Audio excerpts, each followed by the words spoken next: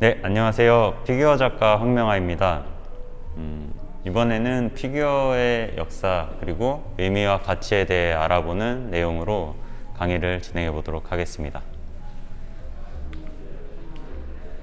먼저 제 소개를 간단하게 하고 피규어의 정의에 대해서 알아보고 그 다음에 종류엔 어떤 것들이 있고 어떤 역사를 가지고 지금까지 발전해 왔는지, 그리고 피규어의 과거의 모습, 그리고 현재의 모습, 미래의 모습, 앞으로 어떻게 변해갈지에 대해서도 한번 예측해보는 시간을 가져보도록 하겠습니다. 그리고 최종적으로 이런 것들을 토대로 어떤 의미와 가치를 지니고 이것들이 어떤 가치를 품고 있는지, 어떻게 우리가 바라봐야 할지에 대해서 한번 생각해보는 시간을 가지도록 하겠습니다. 제가 작업했던 작품들이고요. 보통 이순신 장군님, 그 다음에 스코틀랜드의 그 작품, 그리고 리차드, 그 다음에 남북전쟁 시에 용병으로 기용됐던 흑인의 어떤 인디언의 모습, 그리고 2차 대전 당시에 유보트에 대항해서 싸우던 미군 함장의 모습, 이런 어떤 그 스토리를 담은 인물들을 주로 작업하고 있습니다.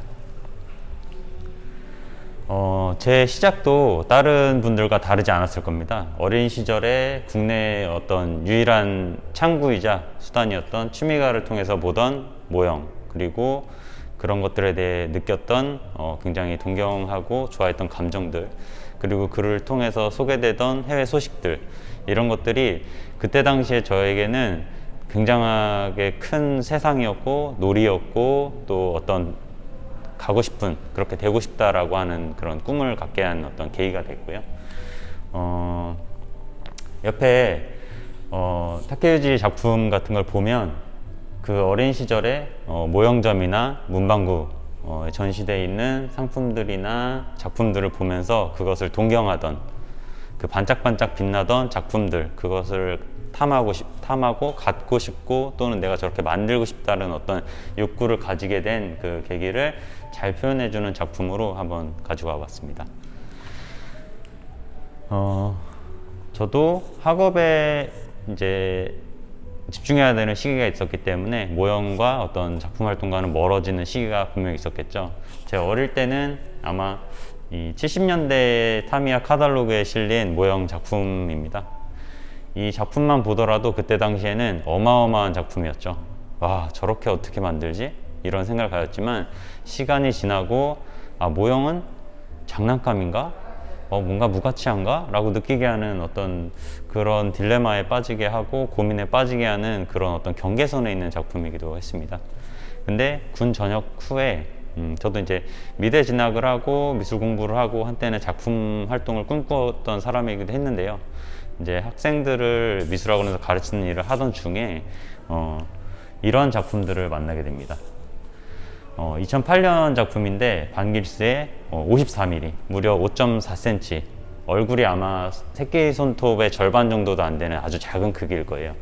근데 이 작품을 저렇게 마치 걸리버 여행기에 나오는 그런 모습을 연상케 하는 그런 거인을 이렇게 빌드해가는 모습, 저런 이제 아주 작은 디오라마인데요. 저 작품을 보게 되고, 또 국내 굉장히 유명한 작가분이었죠. 2010년 작품인데 김만진님의 120mm, 불과 요 정도 사이즈의 엄청 작은 작품인데 얼굴이 아마 새끼손톱 정도 크기가 될 거예요. 이 작품들을 만나게 되면서, 와, 이거는 뭔가 해볼 만한 가치가 있겠다. 분명히 이거는 뭔가 내가 모르던 어떤 수준의 어떤 도전해 볼 만한 가치가 있겠다 라고 느끼게 된 계기가 됩니다. 먼저 피규어에 대해서 정의를 한번 하고 들어갈게요. 피규어, 저희가 피규어라고 흔히 부르는 이 명칭은 원래는 피겨린, 그러니까 작은 조각상을 뜻하는 영어 단어를 단순하게 좀 줄여서 피규어라고 부르는 것입니다. 그리고 저희가 피규어라고 하는 거는 원래는 피겨라고 하는 거 맞거든요. 근데 일본식 표기인 피규어에서 비롯돼서 저희가 피규어라고 발음을 하고 있는 것이고요. 그래서 좀 더 제대로 표현하려면 그냥 피겨 또는 그냥 한국식으로 인형이라고 표현하는 것도 맞는 표현이 되겠습니다. 작은 의미에서는 작은 조형물, 그러니까 전시용 조형물을 뜻하는 것이고요. 좀 더 큰 의미에서는 그냥 인간의 형상을 닮은 모든 조형물, 조각상들, 모든 것을 통칭하는 용어로 사용된다고 보시면 되겠습니다. 피규어, 지금 사람들이 인식하고 있는 피규어는 예를 들어서 리얼 액션 피규어, 좀 더 실사 사람을 닮은 작은 형태의 인형들, 그리고 제가 주로 하고 있는 히스토릭, 페인팅을 즐기는 장르의 페인팅 피규어, 그리고 워게임을 목적으로 하는 게이밍 피규어들, 그리고 아트토이, 다카시 유명한 작품이죠. 미술과 결합된 어떤 팝아트와 결합된 형태의 피규어들, 그리고 좀 고급진 인형이죠. 표현력의 어느 끝까지 관절을 집어넣고 굉장히 미적으로 뭔가 표현해낸 그런 구체관절 인형, 그리고 일본 쪽에서 특히 많이 다루는 애니메이션 캐릭터 피규어, 이렇게 다양한 장르들이 있고 이것 이외에도 세분화하면 더 많은 장르들이 있습니다. 그럼 제가 주로 다루는 히스토릭, 밀리터리, 페인팅 장르의 피규어들에서 한번 알아보겠습니다. 첫 번째는 간단하게 54mm 3.5대1 스케일의 아주 작은 인형들을 비넷 형태로 만든 저런 형태도 있고요. 그 다음에 조금 더 10대1 정도 되는 큰 스케일의 흉상, 뭔가 이미지나 얼굴 표정, 뭔가 그런 것들에 집중하는 이런 형태도 있고요. 그리고 장면 자체를 구성해내는 디오라마 형태의 이런 장르도 있고요. 그리고 판타지 장르의 뭔가 어떠한 고증도 얽매이지 않고 상상력을 발휘하는 판타지 장르의 피규어도 있고요.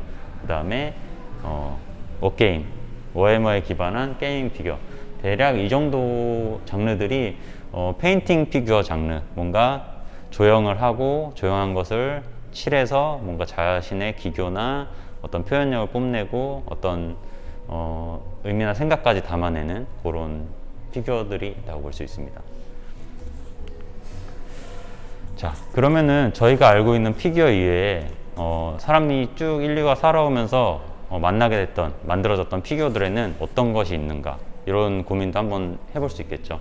그리고 제가 하는 피규어 장르에서 자꾸 이제 맞닥뜨리게 되는 고민, 어떤 것들이 당신이 하는 건 미술이 아닙니다, 또는 당신들은 왜 군인만 만드세요, 당신들은 왜 밀리터리물에 열광하십니까? 그러니까 너무 올드하고 장르도 국한되고 뭔가 미술과는 거리가 먼 것으로 치부되는 그런 것들에 대한 고민, 그런 거에서 출발했다고 볼 수 있습니다. 그럼 한번 역사 속 피규어를 한번 만나보시죠. 자, 최초의 피규어, 빌렌도르프의 비너스입니다. 굉장히 옛날이죠. 보시면은 기원전 2800년경. 언젠지 기억도 안 나고 이런 유물이 남아있다는 것 자체도 너무 신기하네요. 그때 당시에는 소재도 제한적이고 아마 이랬을 거예요. 손재주 좋은 놈이 먹을 것도 풍족하고 날도 좋겠다, 돌을 보는데 저거 괜찮겠네, 이런 모양 한번 만들어 볼까, 이런 마음으로 만들었겠죠. 만든 것이 다산의 상징 또는 어떤 부작물, 여러 가지 의미를 담은 그런 피규어로, 크기를 보시면 아시겠지만 실제로 약 한 11cm 정도 된다고 해요. 몸에 지니고 다니기도 하고 어떤 토템이나 샤먼적인 의미를 담은 그런 피규어였을 겁니다. 최초의 피규어 작가였을 수도 있어요, 이것을 만드신 분이. 다음으로 넘어가 보죠. 이러한 피규어의 형태는 국가와 시대를 관통해서 모든 문화권과 모든 지역에서 나타납니다. 그리스의 저런 번개를 든 제우스의 형상도 있고요. 아프리카, 이런 이제 다산, 성기가 굉장히 크게 묘사되어 있죠. 그쪽엔 소재도 또 나무고요. 그 다음에 중국, 이거는 그런 사신들, 교류하던 사신들이나 악사들, 이런 것들을 돌로 표현한 이런 형태들도 있고요. 찾아보면은 너무나도 많은 형태의 피규어들이 세상에 존재하고 있습니다. 한국도 예외는 아니에요. 제일 유명한 걸로 신라시대 말을 탄 저 것은 굉장히 유명한 작품이죠. 그래서 저 말을 탄 모습을 토대로 말꾸밈, 저런 말 장식들도 유치해서 이제 그런 것들도 저희가 사료로서의 가치도 있고요. 그리고 또 톡이나 뭐 항아리 같은데 장식으로 쓰였던 또는 이제 놀이용으로 쓰였던 인형들도 있는데요. 보시면은 중국 악기인 비파를 들고 있는 이런 악기도 있고, 또 성기를 강조한 이런 것들, 또는 출산을 하는 모습을 나타내기도 하고 굉장히 해학적으로 그려진 이런 피규어들을 보면서 어떤 민족의 정서나 그들의 어떤 문화를 엿볼 수 있는 그런 계기이기도 합니다. 자, 다음 보시죠. 중국의 당삼채, 당나라 때의 어떤 피규어들이에요. 당삼채, 그러니까 당나라 때의 삼색으로 채색된 어떤 인형들이에요. 그러니까 피규어를 만들고 그것들의 이제 유약이 개발되면서 채색을 하는 행위, 그것 자체도 저희가 현대에 이르러서만 한 게 아니고 과거부터 이어져 왔다는 것이죠. 그런 채색을 하는 행위 자체, 뭔가 피규어를 예쁘게 꾸미고 아름답게 꾸미는 행위 자체도 굉장히 오래된 어떤 행위 중에 하나입니다. 그 다음에 국가가 커지고 또 어떤 권력과 부가 축적되면서 스케일이 커지는 현상들이 나타납니다. 진시황의 그 유명한 그 무덤이죠. 거기에 있는 병사들, 그런 이제 강한 군사력과 왕권을 나타내는 이런 모습들, 이런 것들도 피규어의 한 형태로 볼 수 있습니다. 현대에 와서도 뭐 나폴레옹, 뭐 업적을 기리거나 그 국가에 대한 어떤 자부심, 민족성, 뭐 이런 것들을 강조하는 행위로 쓰기도 하고요. 저희 나라에는 굉장히 우리나라에 친숙한 이순신 장군 마찬가지고요. 또 발마 수시로 몽블랑, 산을 오르는 행위, 그게 스포츠로 발전하게 된 어떤 기념비적 어떤 행위, 그런 것들을 기념하기 위해서도 이렇게 피규어 형태로 기념하고 장식하고 하면서 피규어는 굉장히 다양한 형태로 저희가 접해왔다고 할 수 있겠습니다.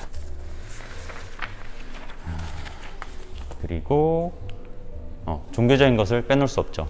이탈리아의 유명한 미켈란젤로의 피에타, 그리고 뭐 바티칸에 있는 이런 대리석으로 조각된 이런 생동감 있는 조형들은 저희가 알고 있는 미술이야, 미적으로 아름다워 라고 하는 대표적인 어떤 피규어의 형태라고 할 수 있습니다. 그 다음에 이거는 바니니의 작품이죠. 보시면 대리석을 깎았는데도 이게 사람이야? 피부 같기도 하고 천 같기도 하고, 헤어는 한 올 한 올 정말 살아있는 것 같이 표현함으로써 이거는 정말 테크닉적으로 또는 표현력에 있어서만큼은 정점을 찍은 작품으로 평가되는 작품인데, 저는 실제로 이 작품을 봤거든요. 보면서도 믿기지 않을 정도의 그 조형성과 표현력에 진짜 감탄을 안 할래 안 할 수 없는 정도의 수준이기도 해요. 그래서 이거에 대해서는 이따가 재료적인 측면에서 한 번 더 다뤄보도록 하겠습니다. 자, 다시 제가 가진 어떤 한계, 뭐 그런 고민으로 돌아와 봤습니다. 예술인가? 그냥 공예품인가? 장난감인가? 이런 고민들을 왜 하고 있을까요, 저희가? 분명히 저희가 하는 이 피규어 작품은 가치가 있고, 그것은 오래전부터 이어져 온 어떤 행위였고, 전혀 어색하지 않게 그 행위 자체로, 그 작품 자체로 미술품이고 미술이 아니었던 적이 없고 예술 그 자체였던 겁니다. 근데 그것들에 대해서 저희가 편견을 갖기 시작한 계기가 있습니다. 산업화와 만나면서 이런 인젝션 인형들, 양산품들, 석유화합물을 통한 이런 대량 생산물들이 저희 생활 속으로 들어오게 됩니다. 그린아미면 굉장히 유명한 장난감이죠. 저게 이제 단품으로 판매되는 제품은 아니었고요. 진짜 세트 또는 한 깡통들이 이제 인형이 우르르 판매가 되면 그것들을 아이들이 나눠 갖기도 하고 줍기도 하고 뭐 하면서 굉장히 보편적으로 가져 놀던 어떤 장난감이었습니다. 그리고 저희가 또 친숙한 타미야사의 인젝션 인형들, 보병들을 금형 기술을 통해서 대량 생산해서 찍어낸 이런 인형들이 나오면서 아, 너희들이 하는 건 장난감이야 라는 편견을 갖게 한 어떤 대표적인 계기이기도 한 것 같습니다.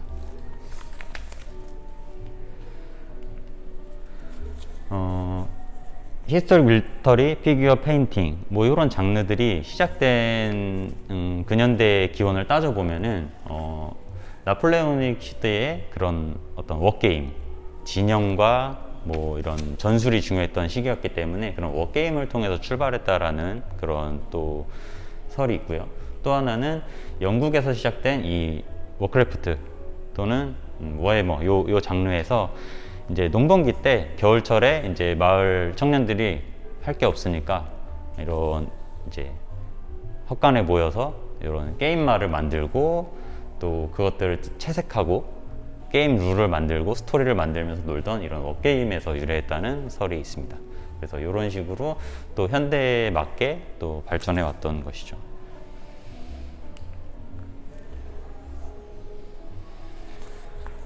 그렇다면 저희가 만들고 있는 이 피규어 작품에는 그런 어떤 시대나 역사성이나 문화가 없는 것이냐 한번 들여다보면은 근현대에서 가장 중요했던 전쟁이 끊이지 않았죠. 1, 2차 대전, 월남전, 한국전쟁, 걸프전 수없이 많은 그 흉금의 전쟁이 있었기 때문에 그런 전쟁에 대한 어떤 이미지 그것들이 갖는 시대적 중요성 그런 것들은 무시할 수 없는 부분이었던 겁니다.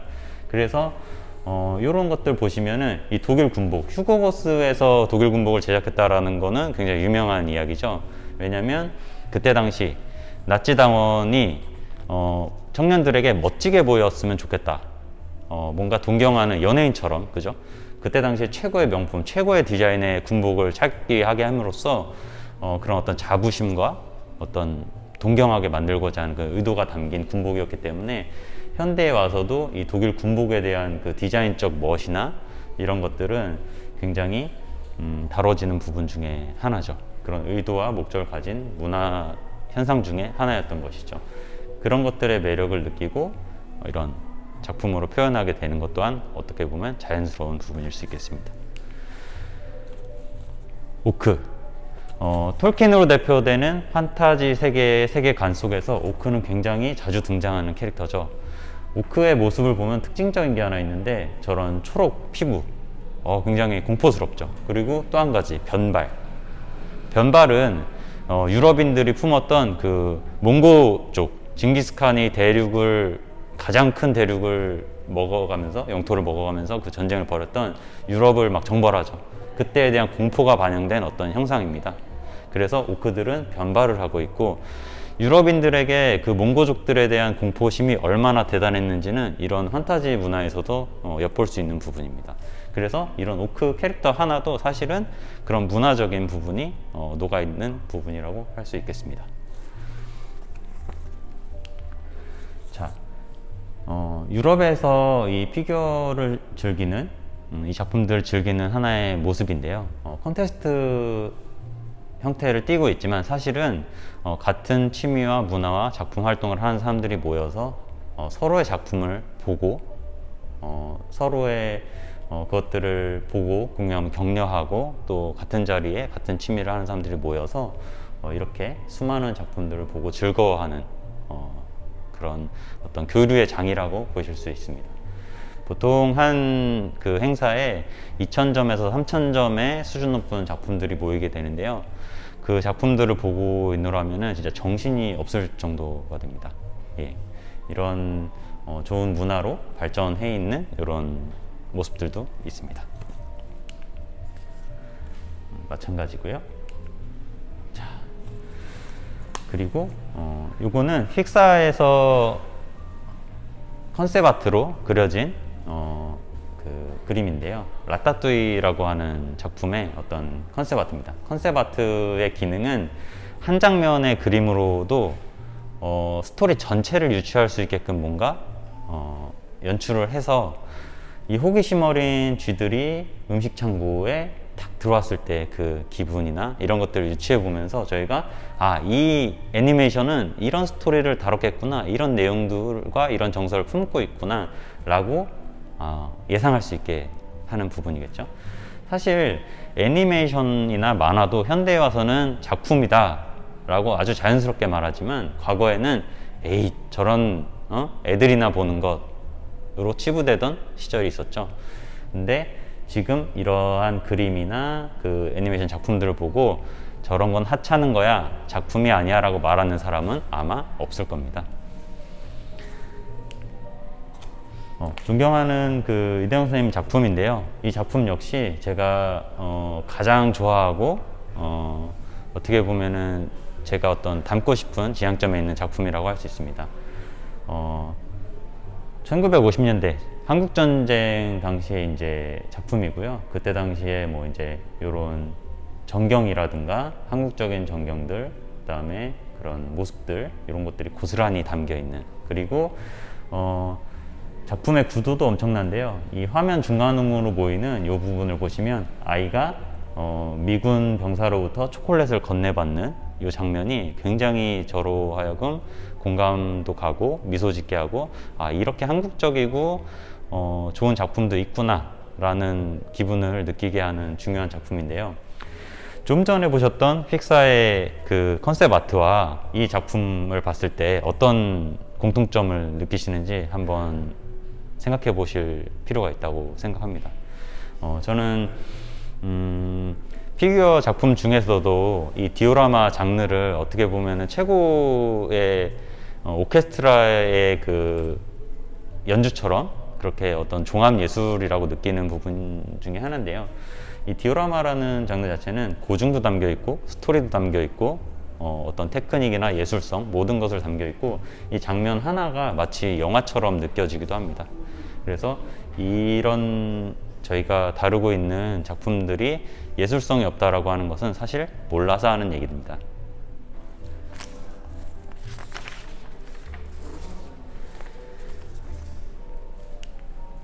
자, 그러면 이제 미래로 가고 있습니다. 현재는 3D 프린팅이나 VR 기술이 굉장히 도입 단계에 있고 보편화되고 있는 시기입니다. 현재에도 많은 작업자들이 3D 모델링을 통해서 조형 작업을 하고 또 프린팅을 하고, 심지어 요즘에는 원하는 조형 작품을 데이터를 구입하고 본인의 집에서 출력해서 실물을 갖는 이런 행위들도 굉장히 보편화돼서 이루어지고 있는 부분입니다. 그리고 일본에서는 이러한 시도들도 있었습니다. 가상의 전시 공간을 판매합니다. 그리고 원하는 피규어를 데이터로 구입합니다. VR 기술을 통해서 자기의 전시 공간에 들어가서 자기가 원하는 피규어를, 데이터로 구입한 피규어를 전시하고 돌려서 보고, 이러한 플랫폼도 지금 개발되고 보급되고 있는 현실입니다. 미래에는 좀 더 다양한 그런 시도들이 있고 또 변화할 것으로 예상이 되기도 합니다. 저도 아이를 키우는 아빠인데요. 저희 아이가 요즘에 공룡을 굉장히 좋아합니다. 공룡 피규어를 사달라고도 하고 만들어 달라고도 얘기합니다. 근데 미래에는 한번 상상을 해봅니다. VR 장착하고 공룡 피규어를, 데이터를 구입합니다. 공룡이 눈앞에 실제 크기로 펼쳐집니다. 울부짖기도 하고 뛰어다니기도 하고 장난도 치고 모든 것이 가능하겠죠. 이처럼 그런 산업과 만나서 기술의 발전함에 따라서 피규어 형태도 더 이상 이제 눈앞에 조형적으로 실물로 있는 것 뿐만 아니고 그러한 형태로도 발전하지 않을까, 뭐 이런 생각도 해보게 됩니다. 실제로 미술계에서도 그런 시도들이 있죠. VR 전시관 해서 뭐 고우전을 VR로 감상한다던가, 또는 VR 통해서 전시관을 돌아다니는 그런 서비스를 제공한다든가, 이런 시도들이 있는 걸로 알고 있습니다. 그래서 그러한 것들이 근 시일 내에는 굉장히 보편적인 어떤 이제 전시 포맷 또는 소유의 개념이 될 수도 있다고 생각을 합니다. 의미와 가치, 좀 거창한 얘기를 제가 갖고 와서 조금 이 이야기를 어떻게 풀어야 될까 그런 고민도 했습니다. 근데 피규어 작품을 만들고 또는 소유하고 이러한 감상하고 이러한 행위들은 오래전부터 그냥 인간이 내재해왔던 인간의 닮은 형상을 만들고 보고 간직하고 기억하고 하는 어떤 굉장히 자연스러운 행위 중에 하나였던 거죠. 그리고 그런 것들은 고대에는 뭐 돌, 토기, 그 다음에 유리, 철, 뭐 이런 소재의 변화에 따라서 저희는 지금 석유화물로 된 양산품이나 재료들을 사용해서 더 디테일하고 더 작지만 더 많은 표현을 할 수 있는 그런 재료와 만나서 이런 작품들을 쏟아내고 있는 중에 있는 거라고 볼 수 있습니다. 그리고 소유의 의미. 과거에는 정말 부자였거나 부족장이거나 뭔가 고위층이거나 이런 사람들만 먹고 사는 것 이외의 작품들을 소장하거나 소유할 수 있었겠죠.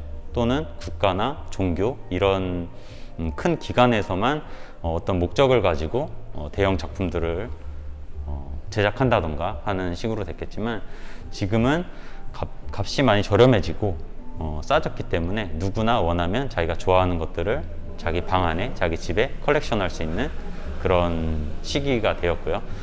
또 예를 들어서 뭔가를 만들고 싶어서 내가 이따만한 대리석을 집 안으로 갖고 와서 열심히 깎아서 뭔가를 표현한다고 생각해 보세요. 재료비도 재료비고 공간, 시간 모든 것이 헤비하겠죠.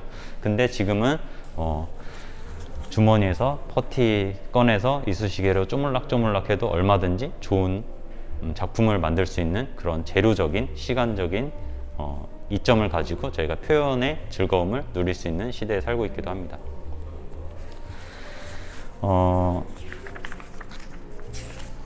글쎄요, 하고 싶은 얘기를 다 했는지는 모르겠는데 저는 이 피규어 작품을 만들고 해 나가면서 한 번도 이것이 예술성이 없다거나 작품이 아닌 거라고 생각해 본 적은 없습니다. 단지 그 연결고리에 있어서 왜 이게 이렇게 됐지? 라고 생각해 볼 때 사실은 미술계에서 얘기하는 모더니즘과 포스트 모더니즘의 영향을 받았다고 생각합니다.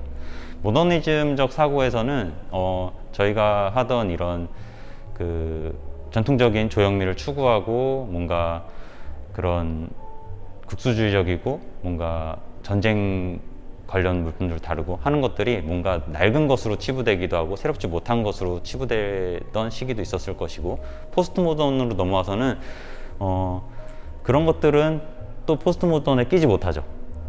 이게 뭔가 그것조차도 새로운 가치로 치부하기에는 너무 전통적인 형태를 가지고 있었던 거죠. 그래서 그 두 시기를 근현대에 겪으면서 아마도 저희가 하는 이런 예술 행위들은 설 곳을 찾지 못한 것이 아닌가 뭐 이런 개인적인 생각을 갖고 있습니다.